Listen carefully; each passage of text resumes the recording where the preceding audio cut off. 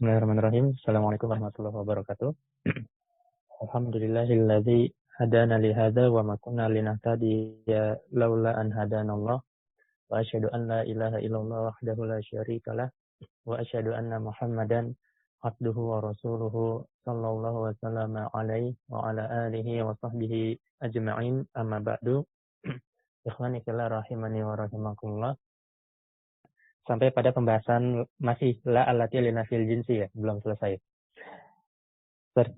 Tersisa satu pasal lagi, yaitu tentang ihmalula an-nafiyah lil jins, yaitu menghilangkan fungsi dari la allati linafil jinsi. Itu kan ya, sisa satu pasal lagi dari pembahasan la. Karena tanpa membuang waktu, kita langsung saja masuk kepada pasal tersebut, yaitu ihmalula an-nafiyah lil jins, menghilangkan fungsi atau pengaruh atau amal dari la allati linafil jinsi. Pasal tentang ihmalula an-nafiyah lil jins, itu menghilangkan fungsi dari la an-nafiyah lil jins. Nah, seperti yang sudah kita pelajari sebelumnya, bahwasanya la an-nafiyah lil jins itu memiliki syarat dalam penggunaannya supaya dia bisa beramal kepada mubtada dan khobar yang datang setelahnya, dan menimbulkan atau memunculkan makna menafikan keseluruhan jenis. Yaitu kita sebutkan ada dua kemarin. Yang pertama adalah mubtada dan khobarnya itu wajib nakirah. Dan yang kedua, itu tidak boleh la dan isimnya itu dipisahkan oleh suatu kata yang lain. Jadi antara la dan isimnya harus langsung datang bersebelahan. Nah, apabila dua syarat ini tidak terpenuhi, maka kita katakan la an-nafiyah lil jins itu akan hilang pengaruhnya, akan hilang fungsinya. Kenapa? Ya, karena nanti ada alasannya untuk masing-masing, nanti akan kita sebutkan selanjutnya. Kita lihat dulu di kitab. Intinya adalah apabila syarat tersebut tidak terpenuhi, salah satu dari dua syarat tersebut tidak terpenuhi, maka la an-nafiyah lil jins itu tidak akan berpengaruh kepada kata setelahnya. Dari segi baik dari segi i'rab maupun dari segi makna. Artinya secara makna dia tidak akan menafikan keseluruhan jenis. Nah, sekarang kita lihat qala al-musannifu rahimahullah wa ta'ala wa in dakhalat la ala ma'rifatin. Nah, kalau la ini masuk kepada isim ma'rifat, artinya bukan nakirah. Au fasala bainaha wa baina ismiha fasil, atau antara huruf la dengan isimnya itu terpisahkan oleh suatu kata yang lain, maka wajaba ihmaluha. Nah, maka kata penulis wajaba ihmaluha. Wajib kita itu menghilangkan fungsi dari la an-nafiyah lil jins. Nah, wajib kita menghilangkan fungsi dari la an-nafiyah lil jins. Nah, kenapa? Karena ketika dia masuk kepada isim ma'rifat, maka hilanglah hikmah dia sebagai la an-nafiyah lil jins. Huruf la yang menafikan keseluruhan anggota dari jenis tersebut. Karena dia tidak memenuhi kaidah nakirah fi siyaqin nafi yufidul umum. Ya kan? Kemarin kita sampaikan kaidah itu. An-nakirah fi siyaqin nafi yufidul umum. Isim nakirah yang terletak pada konteks penafian itu akan memunculkan makna secara general, penafian secara general. Nah, itu adalah makna dari la an-nafiyah lil jins. Sehingga ketika dia masuk kepada isim ma'rifat, hilanglah makna yang terkandung dalam la an-nafiyah lil jins. Dan pada gilirannya hilanglah fungsi dia, yaitu dengan memansubkan isim setelahnya dan memarfukan khobar setelahnya. Nah, kemudian kalau antara dia huruf la dengan isimnya itu terpisahkan oleh suatu kata, nah kita juga wajib menghapus atau membuang fungsinya, menghilangkan fungsi dari la itu sendiri. Karena sudah kita sebutkan bahwasanya la itu huruf yang musytarak bainal ismi wal fi'li. Huruf yang bisa dipakai untuk isim dan fi'il. Huruf la ya secara umum. Karena kan la macam-macam. Jadi dia itu kalau beramal itu amalannya itu doif, yaitu lemah. Sehingga dia secara urutan kata harus bersambung dengan isimnya secara langsung. Supaya bisa memberikan pengaruh kepada isim setelahnya. Dan apabila dia dipisahkan oleh suatu kata asing yang bukan bagian dari isim la, maka pengaruhnya ini akan hilang. Sehingga kita wajib menghilangkan fungsi dari la an-nafiyah lil jins. Dan dia tidak bisa memasukkan kata setelahnya atau memasukkan isim setelahnya. Nah, mafhum sampai sini ikhwah? Kemudian kita lanjutkan. Jadi yang pertama, apabila salah satu dari dua syarat la an-nafiyah lil jins itu tidak terpenuhi, maka kita pertama wajib menggugurkan fungsinya. Kemudian yang kedua adalah penulis melanjutkan wa wajaba raf'u ma ba'daha ala annahu mubtada'un wa khabarun. Wajib kita merofakkan kata setelahnya ala annahu mubtada'un wa khabarun sebagai dan memperlakukannya sebagai mubtada dan khobar biasa. Dan memperlakukannya sebagai mubtada dan khobar biasa. Nah, karena apa? Karena tadi dia fungsinya sudah hilang. Tidak ada isim yang dimasukkan lagi oleh la tersebut. Nah, kemudian wa wajaba takroruha. Nah, takror ini bisa dibaca tikror, bisa dibaca takror. Cuma kata guru saya itu yang afsah, yang lebih fasih dibaca takror. Wallahu a'lam. Nah, wa wajaba takroruha. Wajib kita mengulang la tersebut. Wajib kita mengulang la tersebut dan mengatofkan isim yang lain dan setipe dengan isim la yang pertama. Dalam arti begini, kalau isim la yang pertama adalah ma'rifat, maka kita atofkan, kita sebutkan kembali la-nya dan kita sebutkan kembali isim ma'rifat selain dari isim ma'rifat yang pertama. Artinya sama-sama ma'rifat. Nah, atau kalau kita yang isim yang pertama adalah nakiroh tapi terpisahkan oleh kata yang lain, maka kita ulang lagi la-nya dan kita sebutkan lagi isim nakiroh yang lain selain dari isim yang berbeda dengan isim la yang pertama. Paham? Nah, wa wajaba takroruha, wajib diulang. Nahu contohnya adalah la zaidun fit dari. Kita lihat contohnya la zaidun fit dari. Zaid itu tidak ada di rumah. Zaid tidak ada di rumah. Maka di sini la nafiyah lil jins itu masuk kepada isim ma'rifat. Dan dia tidak terpenuhi salah satu dari dua syarat la an-nafiyah lil jins. Sehingga pertama kita wajib menggugurkan fungsinya. Tidak boleh kita menasabkan isim yang datang setelah la an-nafiyah lil jins tersebut. Dan kita sikapi atau perlakukan dia sebagai mubtada dan khobar. Kita perlakukan jumlah setelahnya sebagai mubtada dan khobar. Maka kita tentu membacanya dengan marfu. La zaidun fid dari. Zaidun mubtada fid dari adalah jar majrur yang ta'alluq dengan khobar yang mahdzuf. Mafhum? Nah, kemudian poin selanjutnya wa wajaba takroruha. Nah, karena dia masuk kepada isim ma'rifat, kita juga wajib mengulang la-nya kembali di dalam kalimat. Kita wajib kembali mengulang la-nya di dalam kalimat dan menyebutkan satu kata lain yang setipe dengan isim yang pertama dalam hal ma'rifat nakirohnya, namun berbeda katanya. Contohnya di sini la zaidun fid dari wala amrun. La zaidun fid dari wala amrun. Tidak ada zaid di rumah dan juga tidak ada amr.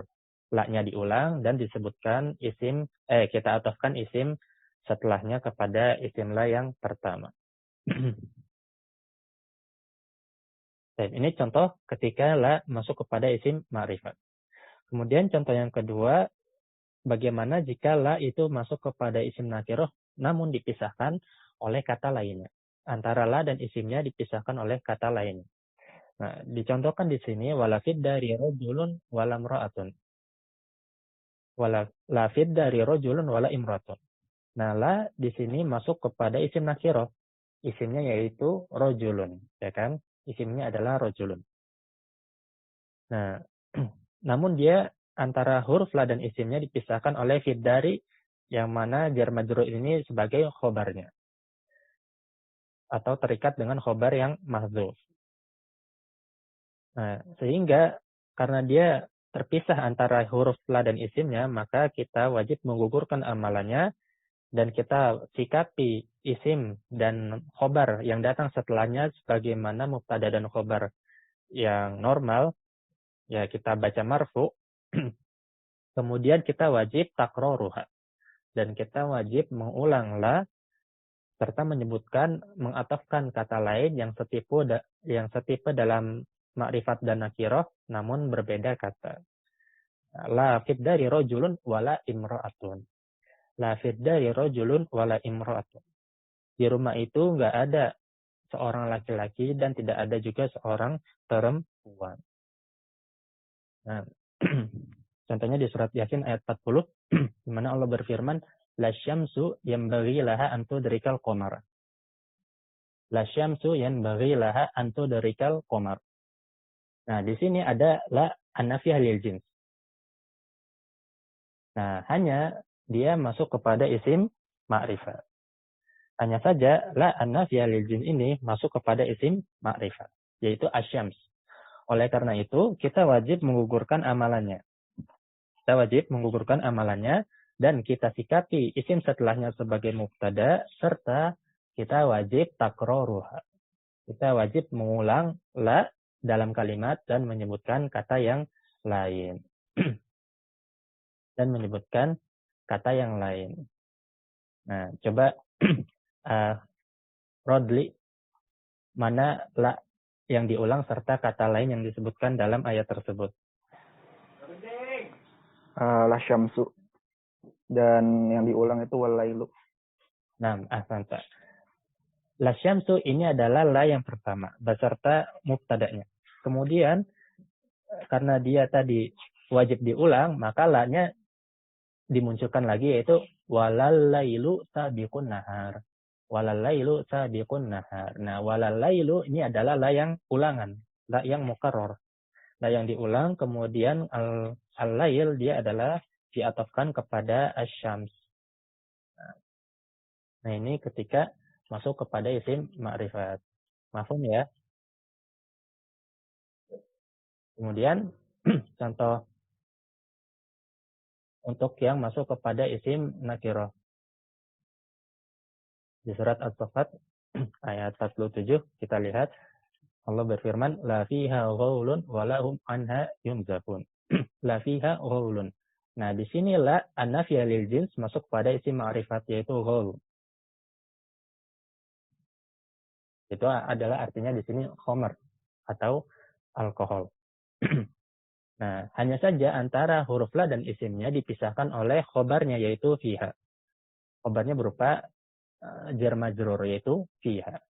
Oleh karena itu kita wajib menghilangkan atau menggugurkan fungsi la serta memperlakukan atau mengi'rab gaulun dengan rofa sebagai mubtada dan kita wajib mengulang la tersebut dan kita wajib mengulang la tersebut. Itu walahum anha yunzafun. La fiha gaulun walahum anha yunzafun. Nah, itu adalah contoh dari Al-Quran. Jadi intinya penggunaan la an-nafiyah lil jins itu ada dua syarat yang sudah kita sebutkan. Pertama, isim dan khobar kaidah an-nakirah fi siyaqin nafi yufidul umum itu bisa kita terapkan. Nah, yang kedua, antara huruf la dan isimnya itu harus harus terletak secara bersebelahan. Artinya harus bersambung, tidak boleh dipisahkan oleh kata lainnya. Karena la termasuk amil yang lemah. Jadi kalau dipisahkan antara la dan isimnya dengan kata lain, maka dia akan tidak, istilahnya nggak kuat untuk merubah isim la tersebut. Nah, Apabila salah satu dari dua syarat ini tidak terpenuhi, maka tadi kita pertama wajib menggugurkan atau menghilangkan fungsi dari la tersebut. Yang kedua, kita sikapi isim la itu sebagai dengan i'rab marfu sebagai mubtada. Dan yang ketiga, kita wajib takroruha. Kita wajib mengulang la dan kembali menyebutkan isimnya. Nah, itu kesimpulan dari pasal ini. Alhamdulillah, setelah kita selesaikan bab la allati linafil jinsi. Dan teman-teman bisa kembali lihat ke layar. Jadi, kita masih dalam kerangka pembahasan nawasihul ibtida.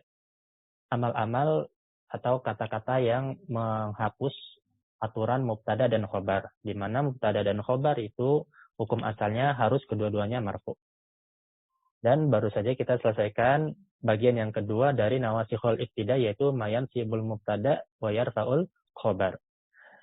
Yaitu bab yang menasabkan mubtada dan memarfukan khobar, di mana bagian ini, kelompok ini memiliki dua pembahasan, yaitu inna wa akhwatuha dan la allati linafil jinsi. Nah, sekarang insya Allah pada kesempatan kali ini akan kita lanjutkan dengan kelompok yang ketiga dari nawasihul ibtida, yaitu kelompok yang menghapus aturan mubtada. Kelompok mayan sibul mubtada'a wal khabara jami'an, yaitu kelompok yang memansubkan mubtada serta khobarnya sekaligus.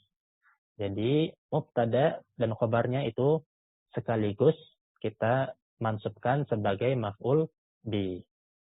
Sebagai maf'ul bi. Maka nanti maf'ul bi-nya akan ada dua. Insya Allah nanti akan kita jelaskan secara lebih rinci.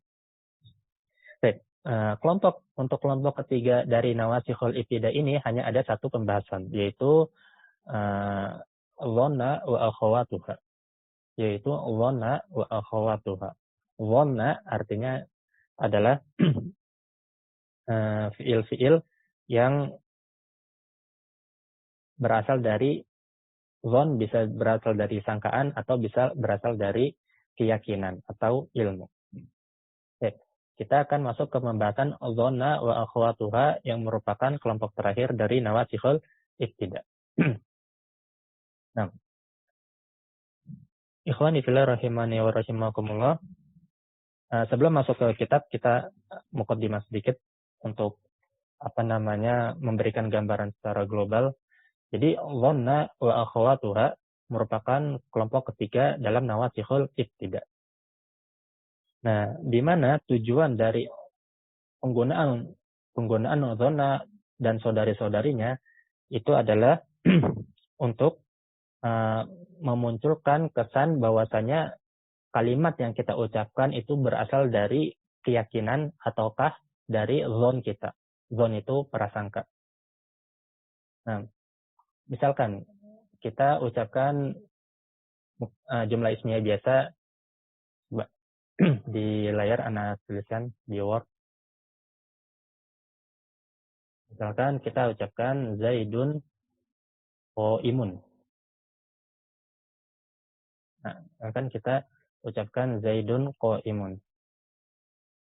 Nah, maka Zaidun qaimun ini adalah mubtada dan khobar biasa.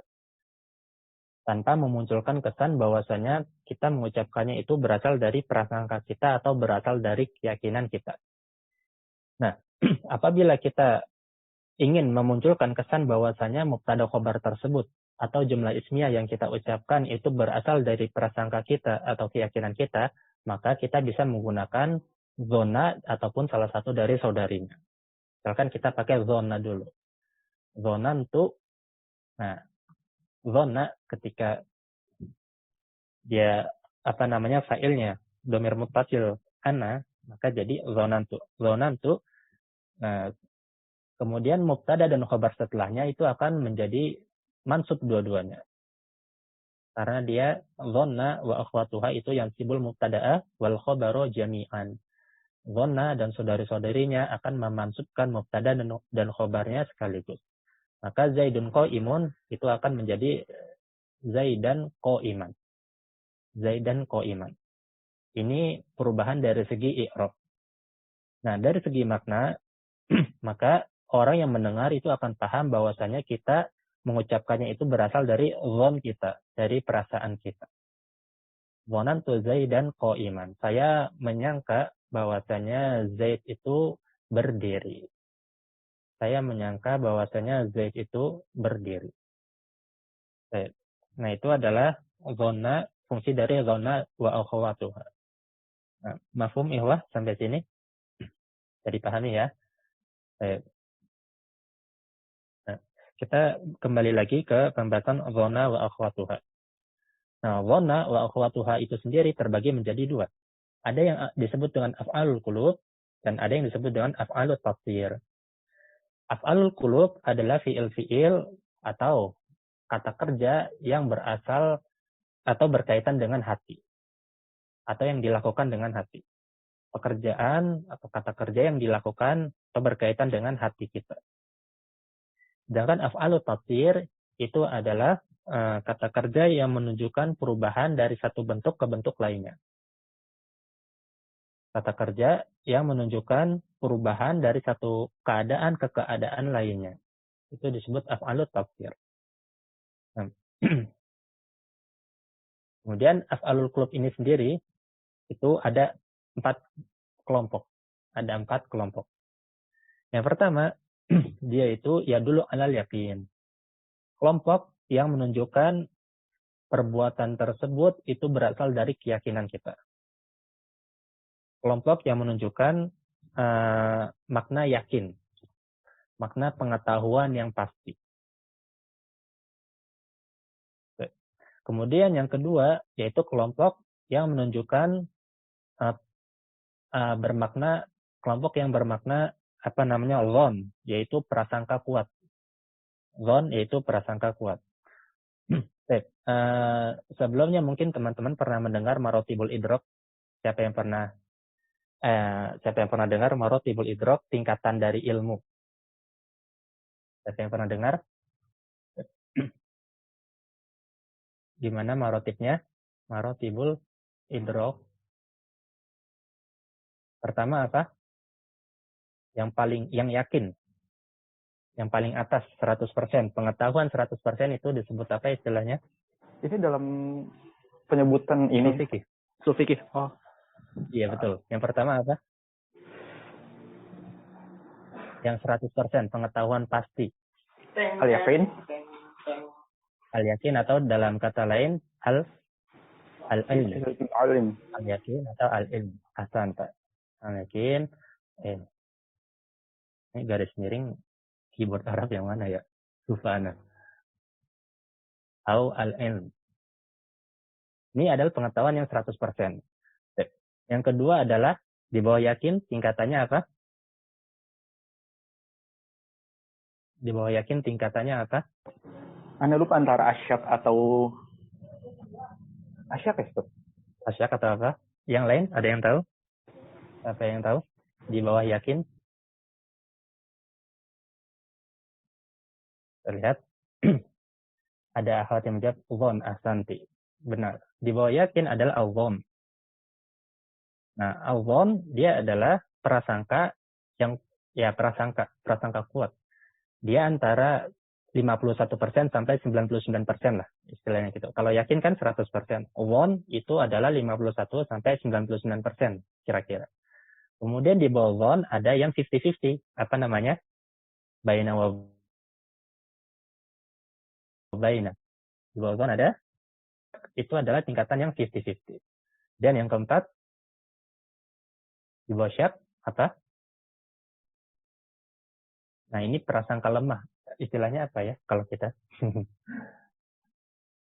Salah paham gitu. Prasangka yang sangat lemah di bawah 50%. Ada yang tahu? Yaitu al-wahmu. Wahm. Wahm ini antara 1% sampai 49%. Nah, di bawah wahm ada yang terakhir apa? Kalau nggak tahu berarti apa? Jahil.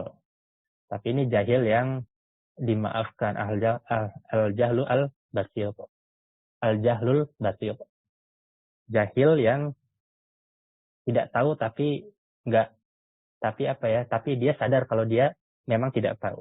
Tidak tahu yang bisa dimaafkan. Nah, yang terakhir baru jahil apa namanya? Disebutnya al-jahlu al-murakkab. Jahil murakkab. Dia udah jahil tapi nggak tahu kalau dia jahil. Orang bodoh tapi nggak sadar kapasitas diri. Merasa pintar. Ini adalah jahil murakkab. Nah, ini adalah marotibul idrok. Kaitannya dengan pembahasan kita, pertama tadi kita sebutkan bahwasanya af'alul qulub itu ada 4, ya kan?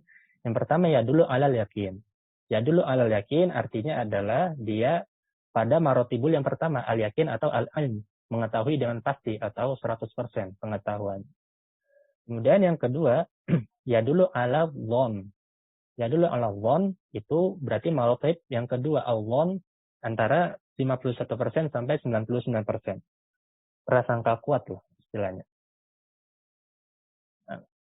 Nah, ini adalah makna dari af'alul qulub antara al-yakin atau al-dhon. Sehingga asyak dan ke bawah sampai al-jahlu itu tidak masuk dalam makna dhona wa akhwatuha. Jadi dhona wa akhwatuha itu antara dua ini. Al-yakin atau al-ilm dan al-dhon. Dhon yaitu prasangka kuat. Mafhum ya sampai sini? Kemudian kelompok yang ketiga dari af'alul qulub yaitu kelompok yang yaridu bil wajhain. Dia kelompok yang bisa bermakna yakin, bisa bermakna dhon. Wal ghalib, tapi umumnya kaunuhu lil yakin. Umumnya dia bermakna yakin. Dan yang keempat, yaridu bil wajhaini, dia bermakna yakin atau dhon. Wal ghalib kaunuhu lil dhon. Tapi umumnya dia bermakna dhon atau prasangka, tidak sampai yakin. Nah, ini adalah 4 kelompok dari af'alul qulub. Yang bermakna yakin itu ada 4. Wajada, alfa, daro, dan ta'allam. Ta'allam ini fi'il amr ya, ta'allam. Nah, ini keempat-empatnya ini bermakna yakin. Semuanya pengetahuan yang 100%. Kemudian yang bermakna dhon itu ada 5. Pertama, ja'ala. Kedua, haja. Ketiga, ada. Keempat, hab. Fi'il amr juga. Dan yang kelima, za'ama. Ini bermakna dhon. Prasangka kuat. Kemudian yang bisa bermakna yakin atau dhon, namun umumnya bermakna yakin. Yaitu yang pertama ro'a. Ro'a itu apa namanya? Bukan ro'a melihat ya, tapi ini melihat dengan hati atau memikirkan, berpandangan istilahnya. Nah, itu kan kalau melihat fisik itu dengan mata, berarti kan bukan af'alul qulub, ya kan? Nah, ro'a di sini itu istilahnya pandangan pikiran kita, pendapat, pandangan, dan sejenisnya. Maka itu kan dia af'alul qulub, berasal dari hati. Nah, ini yang pertama ro'a, yang kedua adalah alima. Nah, alima juga dia bisa bermakna dhon atau yakin, namun umumnya bermakna yakin. Yang selanjutnya yaitu bisa bermakna yakin dan dhon, namun umumnya bermakna dhon itu ada 3, dhonna, hasiba, dan khola. Baik. Nanti insya Allah akan kita sebutkan di kitab. Sedangkan af'alut tafsir itu ada 5. Pertama ja'ala, kedua radda, ketiga ittakhadha, keempat sayyara, dan yang kelima wahaba.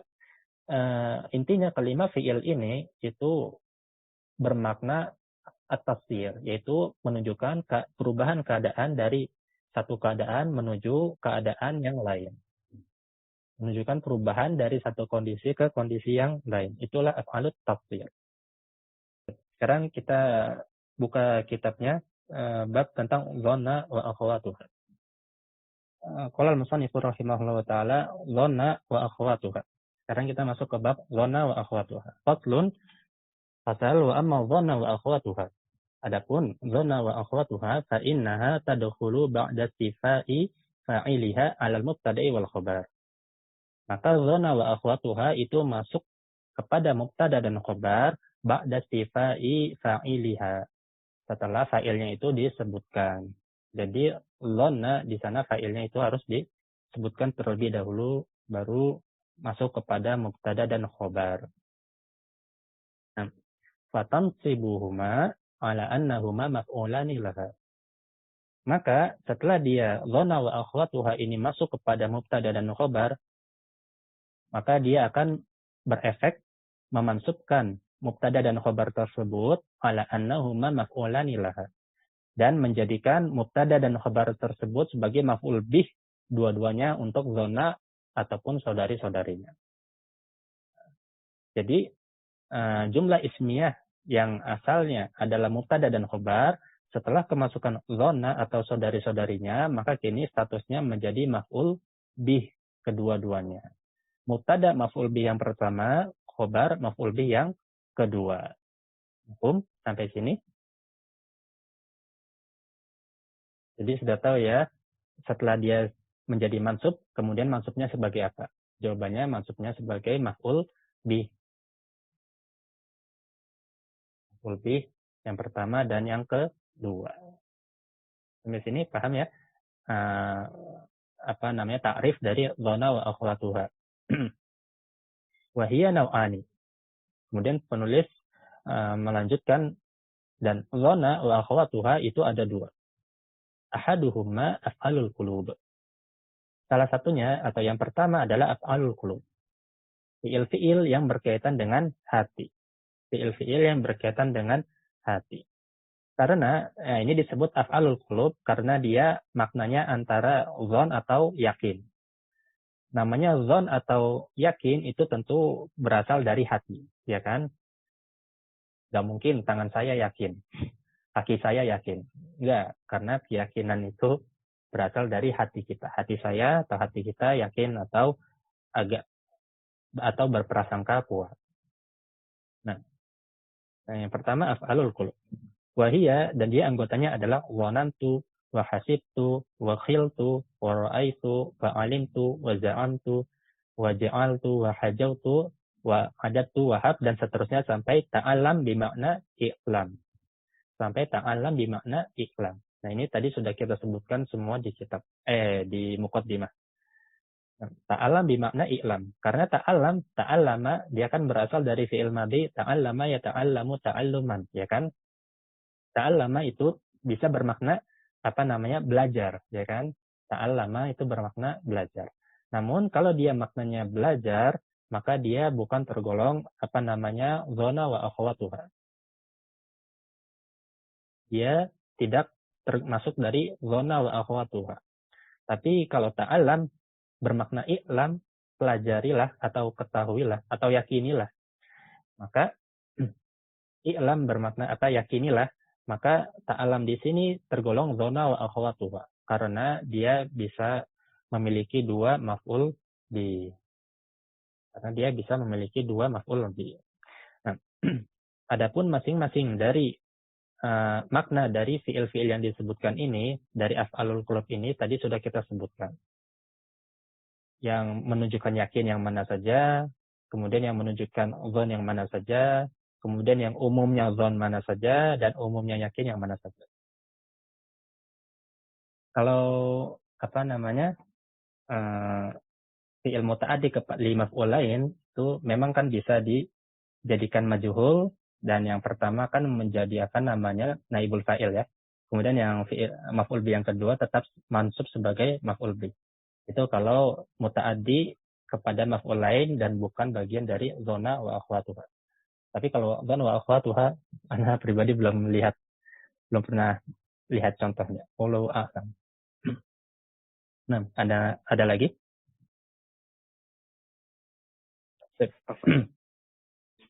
Oh iya, tafadhol. Untuk dhana dan akhwatuha seluruhnya beramal jika dia ada fa'ilnya yang zuhirah ya, Tad. Jadi harus disandarkan kepada fa'il atau zona sendiri dengan fa'il yang mustatir itu sudah bisa beramal. Dhamir mustatir, Anda juga secara pribadi pernah mencari hal tersebut tapi belum tahu jawabannya. Maksudnya belum pernah melihat contoh dhamir mustatir. Tapi kalau isim dhahir artinya bukan berupa dhamir, maka dia bisa. Tapi kalau isim berupa dhamir mustatir, wallahu a'lam, ana juga belum pernah melihat. Sudah pernah tak cari tapi belum ketemu jawabannya. Nah, jadi kurang tahu ana. Dia bisa pakai dhamir mustatir atau tidak.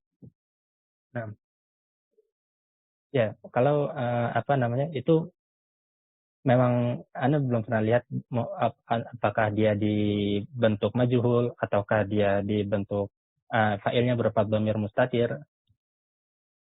Itu belum pernah lihat contohnya. Sudah pernah nyari tapi qadarullah belum ketemu. Tapi kalau isim zahir artinya dhana kemudian isim zahir bukan berupa dhamir, nah maka ana kalau itu pernah lihat. Kalau itu bisa. Kalau fa'ilnya berupa isim zahir maka dia bisa. Ada lagi? Kita akan melihat contoh-contoh dari penggunaan dhana wa akhawatuha beserta maknanya. Nah, sampai dulu, syukran. Sekarang kita lihat contoh-contoh dari penggunaan dhana wa akhawatuha. Nahwu contohnya adalah dhanantu Zaidan qa'iman. Dhanantu Zaidan qa'iman. Nah, dhanna, saya menyangka Zaidan qa'iman. Zaid itu berdiri. Saya menyangka Zaid itu berdiri. Nah, maka di sini Zaidan qa'iman dia asalnya adalah Zaidun qa'imun.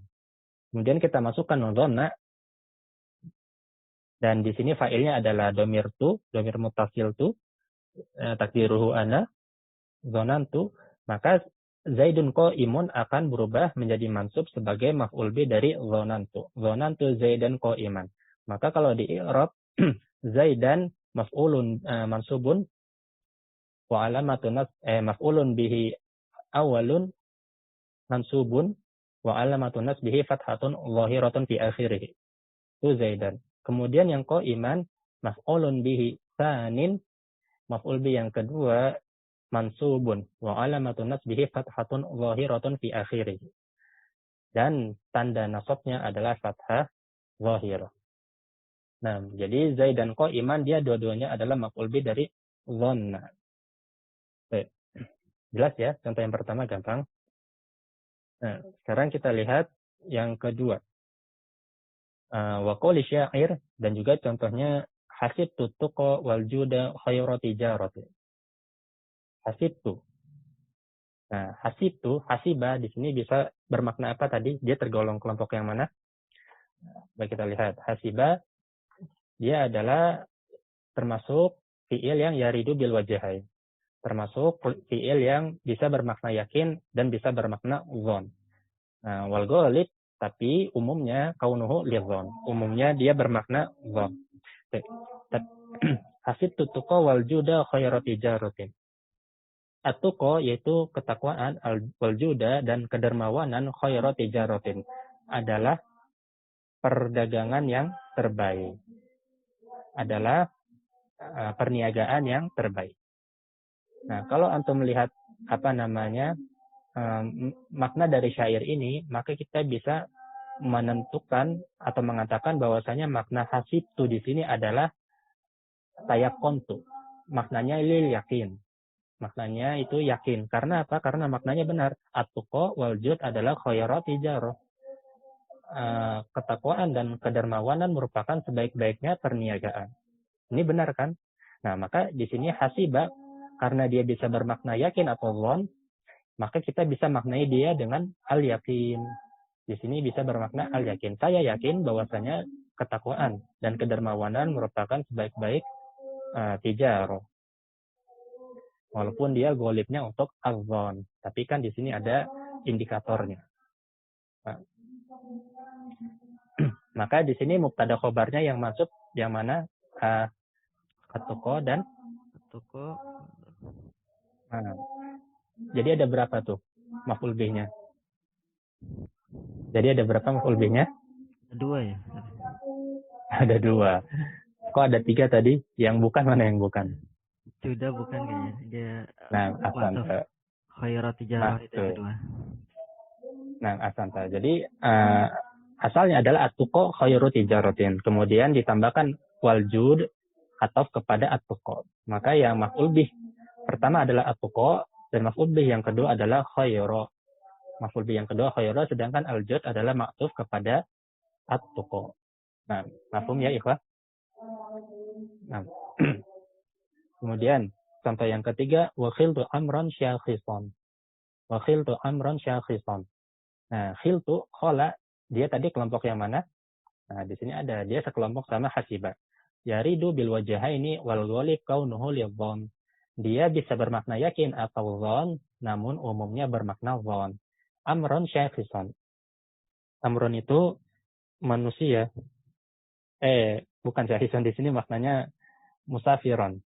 Syakhisan di sini bukan syakhsun manusia ya, tapi musafiron. Khiltu amron musafiron. Nah, saya mengira amr itu sedang berpergian. Syakhisan bermakna musafiron. Saya mengira amron itu bermakna sedang berpergian. Nah, ini gampang ya. Amron sama syakhisan itu maf'ul bih pertama dan keduanya. Ada yang mau ditanyakan? Kita lihat contoh selanjutnya, wa qaulihi ta'ala. Kemudian contoh selanjutnya firman Allah Ta'ala, innahum yarawnahu ba'ida wa narahu qariba. Maka di sini pada ayat ini ada fiil apa? Ro'a, ya kan? Ro'a. Cuma failnya beda. Yarawna, maka failnya di sini adalah dhamir muttasil wawu. Dhamir muttasil wawu. Wawul jamaah. Yang takdirnya adalah hum, mereka. Sedangkan yang kedua naro, dia adalah dhamir mustatir wujuban takdiruhu nahnu. Nah, sesungguhnya mereka melihatnya itu masih jauh. Sedangkan kami melihat hari kiamat itu dekat. Nah, di sini yarawnahu ba'ida, mana maf'ul bih pertama dan keduanya? Angga. Yarawnahu ba'ida, maf'ul bih yang pertama, dhamir muttasil hu, ha, hu. Kemudian yang kedua, ba'ida. Nah, ahsanta. Yang pertama adalah yarawnahu. Nah, dhamir muttasilnya itu. Dhamir muttasil ha. Kemudian ba'idan adalah maf'ul bih yang kedua. Begitu juga dengan narahu qariba. Sama. Nah, kemudian maknanya di sini apa? Ro'a. Ro'a ini bagian dari, nah di sini yaridu bil wajahaini wal ghalib kaunuhu lil yakin. Ro'a bisa bermakna yakin atau dhon, namun umumnya bermakna yakin. Menurut antum di sini yaro dia bermakna apa? Ini latihan ya, sekedar latihan, bukan bermaksud berkata-kata tanpa ilmu tentang Al-Quran. Menurut antum di sini ro'a bermakna apa? Karena dia bisa bermakna yakin atau dhon. Ini sangkaan kuat, Ustaz. Sangkaan kuat. Dua-duanya. Menaruh qariba. Iya, Ustaz. Ya, nah, gimana? Ya, karena diatofkan, Ustaz. Karena diatofkan. Kalau wawunya istiqnaf gimana? Yes. Ahsanta. Hampir. Ada yang punya pendapat lain?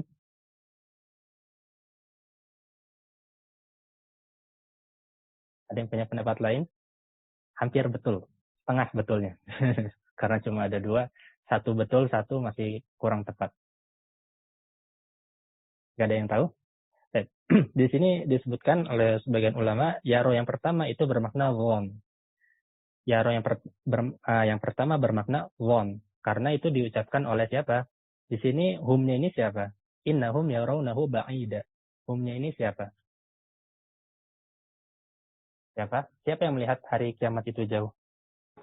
Kafirin. Orang kafir.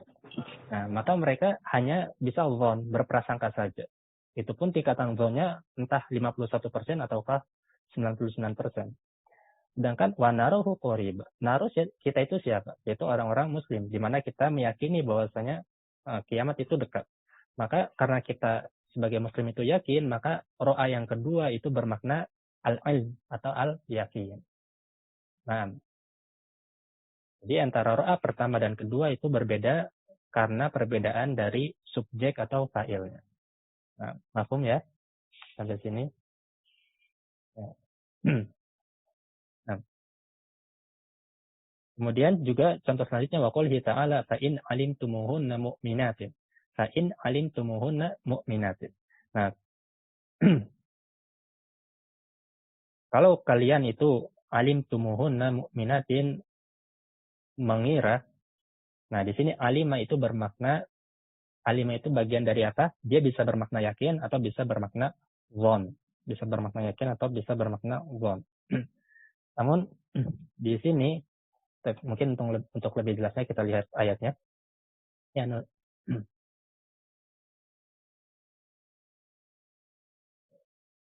di surat Al-Mumtahanah ayat 10 Allah berfirman, ya ayyuhalladzina amanu idza ja'akumul mu'minatu muhajiratin famtahinuhun.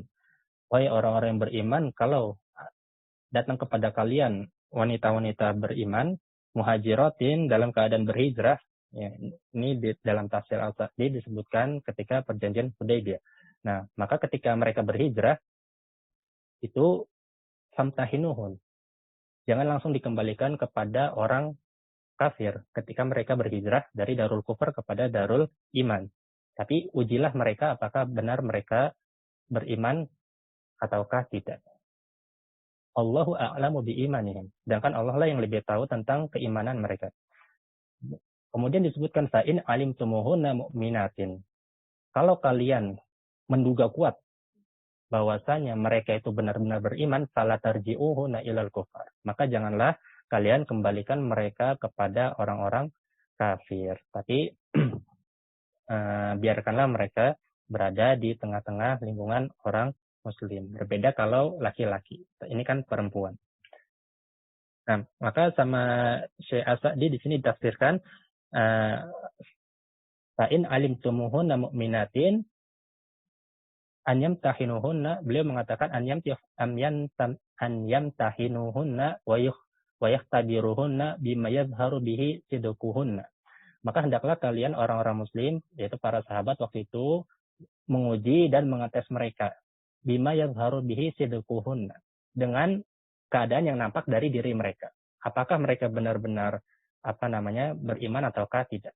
Maka di sini cuma beliau mengatakan bima yadhhar, yaitu dengan keadaan yang nampak. Dan ini bukan merupakan sebuah keyakinan. Maka di sini alima di sini bermakna al-dhon, yaitu prasangka kuat. Kalau kalian menduga kuat bahwasanya mereka itu beriman, nah begitu. Makanya di sini alima dia bisa memansubkan mubtada dan khobar dan tergolong zona wa akhwatuha. Karena alima di sini bermakna al-dhon, bermakna prasangka kuat. Mafhum ya?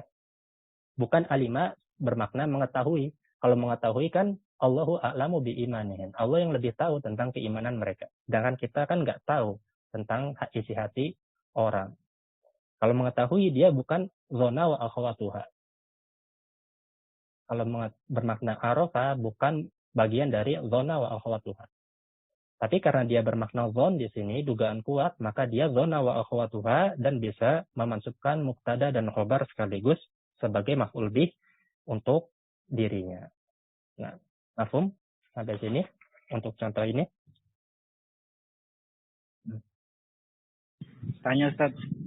Ya, tafadhol. Alim tumu ini dari tasrifannya gimana sih? Anak kok bingung.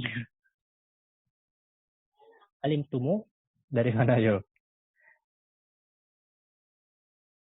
Siapa yang tahu ini? Failnya siapa ya? Failnya siapa? Antum, alimtum. Aslinya itu alimtum. Antum. Kemudian mu di situ wawunya itu disebut lil isba. Isba itu untuk istilahnya apa ya? Bahasa kitanya. Untuk memanjangkan. Kalau cara harfiah sih untuk memanjangkan harokat.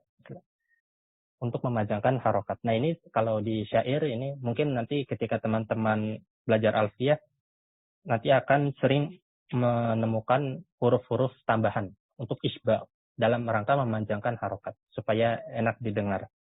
Nah ini alim tumu, wawunya aslinya adalah alim tum, kemudian ditambahkan wawu lil isba untuk memanjangkan harokat.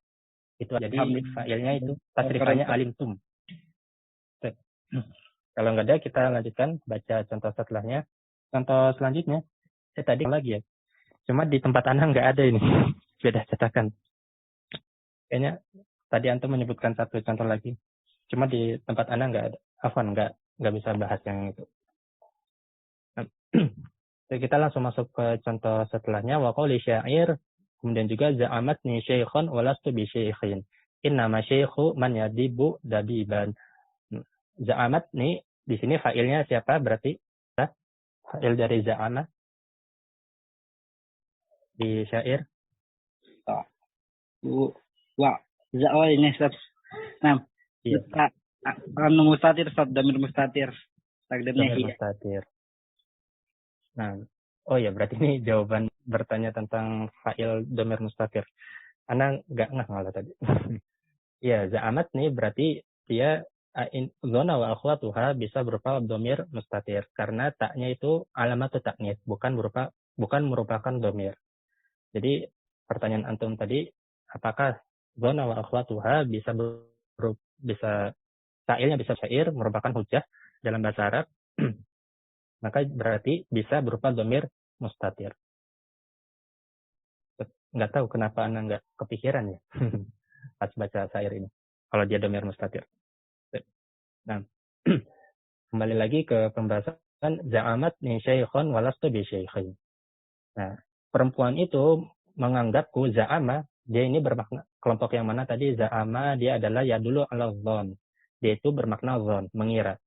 Perempuan itu mengira aku itu syekhon, aku adalah orang tua. Maka maf'ul bihnya yang mana ini? Domir ya Ustaz. Domir ya, kemudian yang kedua Syekhon. syekhon asanta. Nunnya disebut nun apa? Za'amat ni, nun apa itu namanya? Wikoyah. Asanta, nun wikoyah. Za'amat ni syekhon. Perempuan itu mengira aku adalah orang tua. Walastu bi syekhin. Padahal aku bukan orang tua, masih segar bugar. Innama syeikhu man yadibu dabiban. Sesungguhnya orang tua itu adalah orang yang yadibu dabiban, orang yang berjalan merangkak. Orang yang berjalan merangkak. Nah, jadi syahidnya sudah kita sebutkan yaitu za'amat ni syekhon. Kemudian yang contoh selanjutnya wa qoulihi ta'ala wa ja'alul malaikata alladzina hum ibadur rahmani innasa. Dan mereka menganggap ja'ala di sini bermakna dia adalah bagian dari af'alul dhon. Ya dulu ala dhon. Mereka berprasangka atau menganggap bahwasanya al-malaika para malaikat itu alladzina hum ibadur rahmani yang mana para malaikat itu merupakan hamba-hamba ar-Rahman, hamba-hamba Allah inasa. Mereka menyangka malaikat itu adalah anak-anak perempuan Allah. Nah, di sini ja'ala dia adalah af'alul dhonnya. Fa'ilnya adalah wawul jamaah. Maf'ul bihnya adalah yang mana? Abu Akilah. 1 dan 2-nya. Al-malaikata yang pertama. Hmm. Yang keduanya al-lazina. Al-lazina. Ada yang punya pendapat lain? Coba kita lihat. Ini ada akhwat yang menjawab. Yang pertama al-malaikata, yang kedua inasa ahsanti. Ya, yang benar adalah ja'alul malaikata, malaika yang pertama adalah maf'ul bi yang pertama adalah al-malaika, kemudian maf'ul bi yang kedua adalah inasa.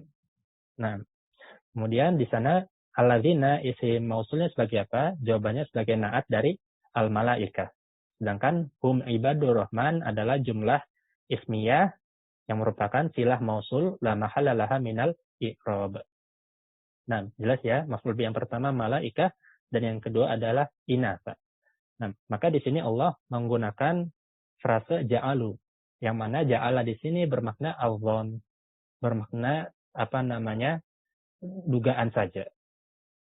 Kenapa? Karena di sini fa'ilnya adalah orang kafir, di mana orang kafir itu tidak yakin ketika mengucapkan hal tersebut. Mereka hanya menduga kalau dan berprasangka saja kalau malaikat itu merupakan anak perempuan Allah.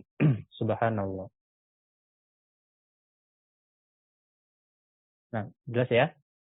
Kemudian wa qawli syair, Dan juga kemudian perkataan syair, qad kuntu ahju aba amrin akhtiqatin.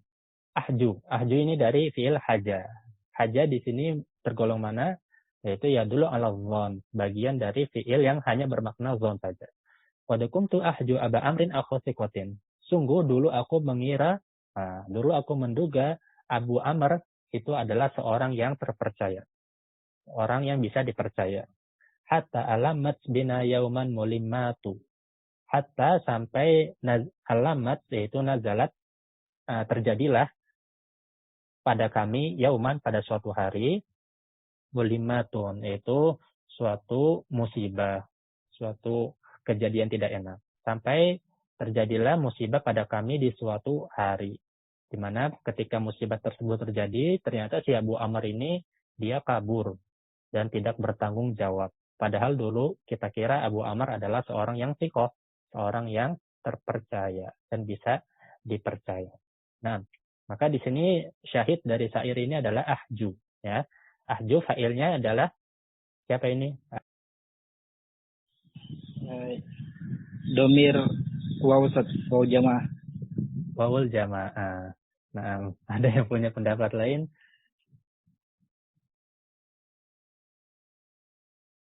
Apa yang benar? Yang ini domir mustatir, wujuban anta. Anta. Nah, yang lebih tepat adalah jawaban akhwat. Ada yang menjawab domir mustatir, wujuban ana. Huruf mudharaah di sana. Depannya kan hamzah tuh. Itu adalah fa'il, itu penanda kalau domir mustatir ana. Jadi ahju itu maknanya saya mengira. Bukan anta ya, tapi ana. Jelas ya, Abu Akilah? Ahju. Jelas salah sebut tadi Ustaz. Ya nggak apa-apa. Qad kuntu ahju aba amrin akhtiqatin. Sungguh dulu aku mengira kalau si Abu Amr itu akhtiqah. Maka maf'ul bi yang pertama yang mana? Abu Akilah? Aba amrin. Aba jasad. Yang kedua. Nah, aba yang kedua adalah? Akho. Yang kedua? Akho. Asanta, mumtaz. Aba amrin akhtiqatin. Nah, kita lihat contoh selanjutnya waqalil akhari. Nah, kemudian perkataan penyair lain yaitu fala ta'dudil maula syarikaka fil ghina. Kalau di cetakan Anda ada lanjutannya walakin namal maula syarikuka fil udmi. Nah, di sini syahidnya mana? Fa'ilnya yang mana? Abu Faisal. Mana yang merupakan saudarinya Dhonna? Iya, ta'dudi. Ta'dudi itu berasal dari apa? Ada apa? Ada. Tadi ada. Nah, dia ada. Dia adalah fiil yang mudha'af. Maka ketika dia di di jazm, maka bisa kita kita pisahkan ini jadi lupa istilah tasdidnya atau istilahnya di fak. Fak itu memisahkan tasdid pada fiil mudha'af. Fala ta'dud dari ada yang uddu. Nah, fala ta'dudil maula syarikaka fil ghina. Kemudian domirnya fa'ilnya yang mana? Fa'il dari ta'dud ini dhona wa akhwatuha. Domir anta. Fa'ilnya adalah domir mustatir fihi wujuban takdiruhu. Jadi fa'ilnya adalah domir mustatir fihi wujuban takdiruhu anta ta'dud. Nah, taknya di situ adalah tanda kalau dia anta. Nah, jelas ya. Indikatornya apa? Syarikaka. Kaf yang terakhir itu adalah domir muttasil anta. Maka dia menunjukkan kalau fa'ilnya adalah domir anta. Syarikaka. Janganlah kamu anggap al-maula di sini bermakna as-sahib. Janganlah kamu anggap sahabat itu adalah orang yang menyertaimu ketika kamu kaya, ketika kamu sedang lapang. Nah, maka di sini maf'ul bi yang pertama adalah al-maula, di mana dia isim maksur, maka dia muqaddarah tanda nasabnya, dan yang kedua maf'ul bi-nya adalah syarika. Nah, dia adalah maf'ul bi yang kedua, mansubnya zahirah. Nah, Fala ta'dudil maula syarikaka fil ghina. Janganlah kamu anggap yang sahabat itu adalah orang yang menyertaimu di saat kamu sedang kaya raya, saat kamu sedang berkecukupan. Walakin namal maula syarikuka fil udami. Tetapi yang namanya sahabat sejati adalah orang yang menyertaimu ketika kamu fil udami, adam, gak punya apa-apa, fakir.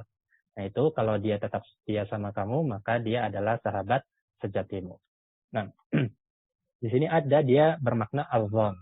Dia tergolong fi'il yang bermakna kepada zon. Itu mengira. Nah, jelas ya? Kemudian waqaulihi, kemudian syair, contoh selanjutnya pada syair. Nah, kalau di cetakan Ana juga ada disebutkan satar yang pertama. Fakultu ajirni aba malikin wa ila sahabani mura'an halikan. Fakultu ajirni, maka aku katakan ajirni. Ajir itu lindungilah aku aba malikin. Lindungilah aku wahai Abu Malik, wa illa kalau tidak, kalau kamu enggak mau melindungiku, fahabani imra'an halikan. Fahabani imra'an halikan. Nah, maka kamu bisa menduga kalau aku adalah orang yang celaka. Maka kamu bisa menunggu, maka dugalah atau gimana ya bahasa kita, maka anggaplah aku sebagai orang yang celaka. Gitulah kira-kira. Maka anggaplah aku sebagai orang yang celaka. Maka fiilnya di mana di sini? Saudari Zona yang mana? Abu Faisal? Hab. Asanta. Hab dia adalah saudarinya Zona. Dan hab dia juga hanya bermakna zon, bermakna prasangka saja. Fahabani imro'an halikan. Nah, fahabani imro'an halikan, maf'ul bi yang pertama mana? Imro'an. Kemudian maf'ul bi yang kedua? Halika. Nah, ada yang punya pendapat lain? Masih kurang tepat? Maf'ul bi yang pertama apa? Fahabani imro'an. Hah? Iya, domir ya.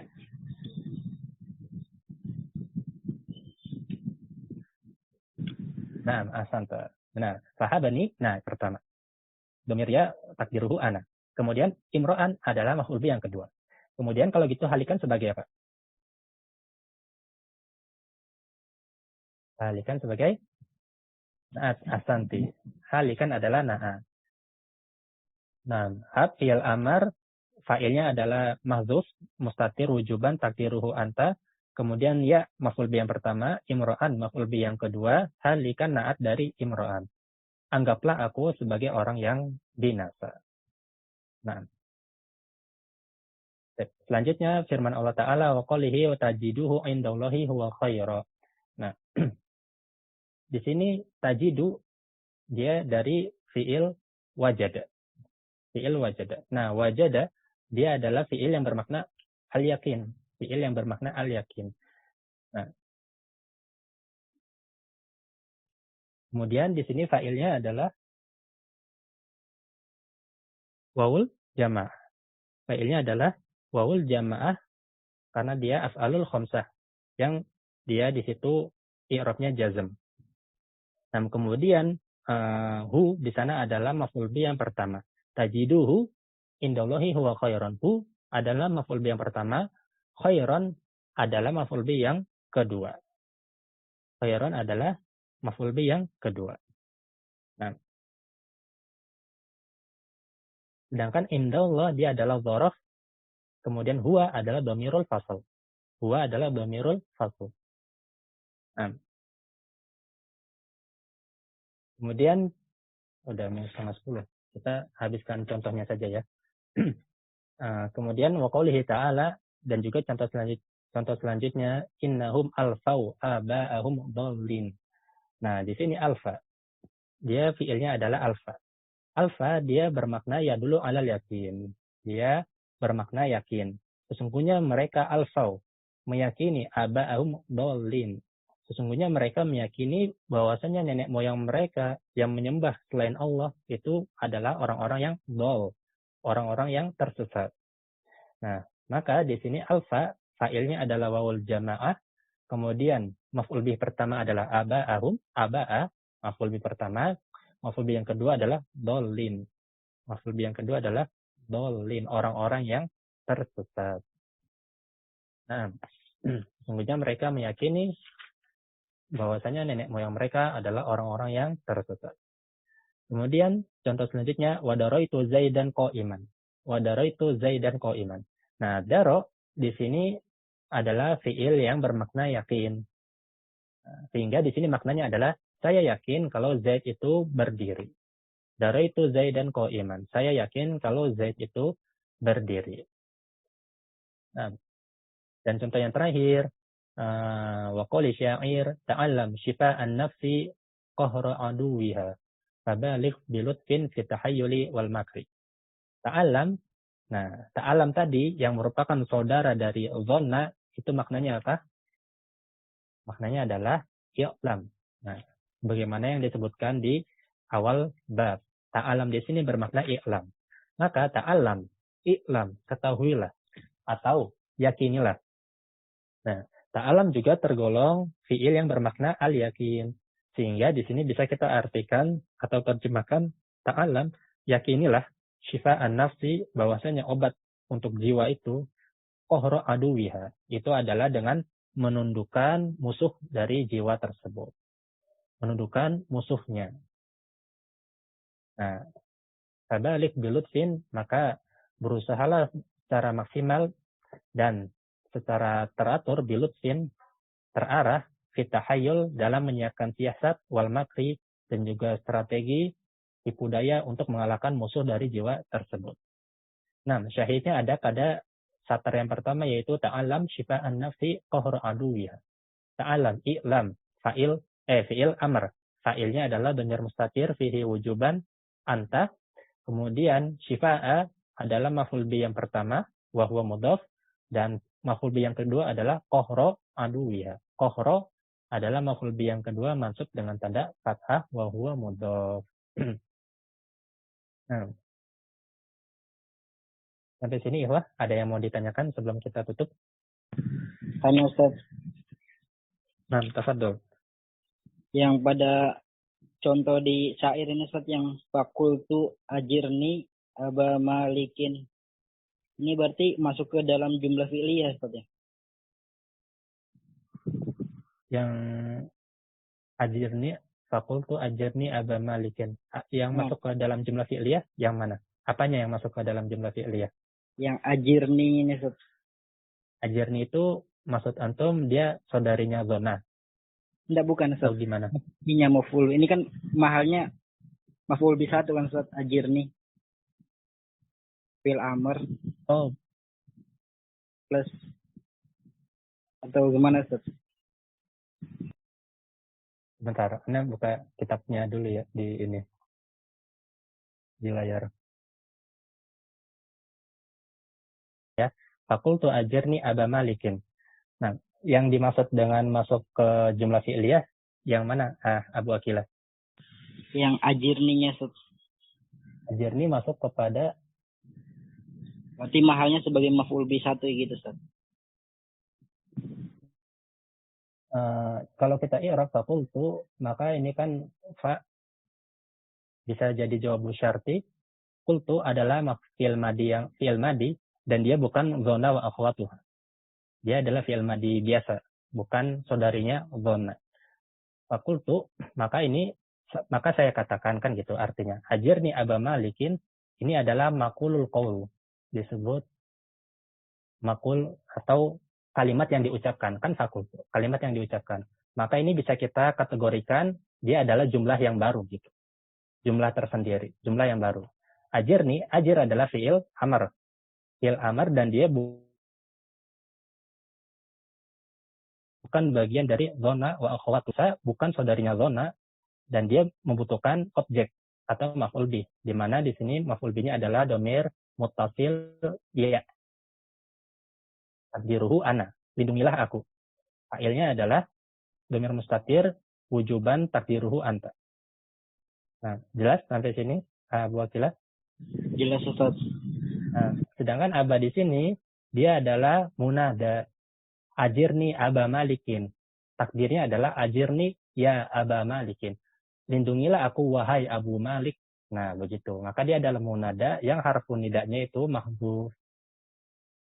Nah, kemudian wa ila, nah kalau kamu nggak melindungiku, nggak mau menolongku, fahabani, maka silakan anggap aku imro'an halikan. Nah, ini adalah jumlah yang merupakan saudarinya zona, yaitu hab. Maka disinilah dia maf'ul bi yang pertama, karena dia hab adalah akhwatu zona, maka dia punya dua maf'ul bi. Maf'ul bi yang pertama adalah ya, dhamir muttasil ya. Maf'ul bi yang kedua adalah imro'an. Satu, ini dua. Nah, halikan dia adalah naat untuk imro'an. Jadi syahid dari syair ini adalah fahabani imro'an halikan. Itu adalah syahidnya. Dan dia masuk kepada jumlah ismiyah. Nah, Mafhum? Ya, jelas Ustaz. Berarti zona dan saudara-saudaranya ini masuknya pada jumlah ismiyah aja Ustaz. Nah, asanta. Karena dia masuk kepada mubtada dan khobar fatan sibuhuma. Kemudian dimasukkanlah mubtada dan khobar tersebut sebagai maf'ul bih untuk zona wa akhwatuha. Nah, Jazakallahu khairan Ustaz. kita cukupkan sampai sini dulu. Insya Allah pada kita lanjutkan lagi pelajarannya dan kalau bisa menghabiskan bab zona wa akhwatuha. Nah, ikhwati fillah rahimani wa rahimakumullah.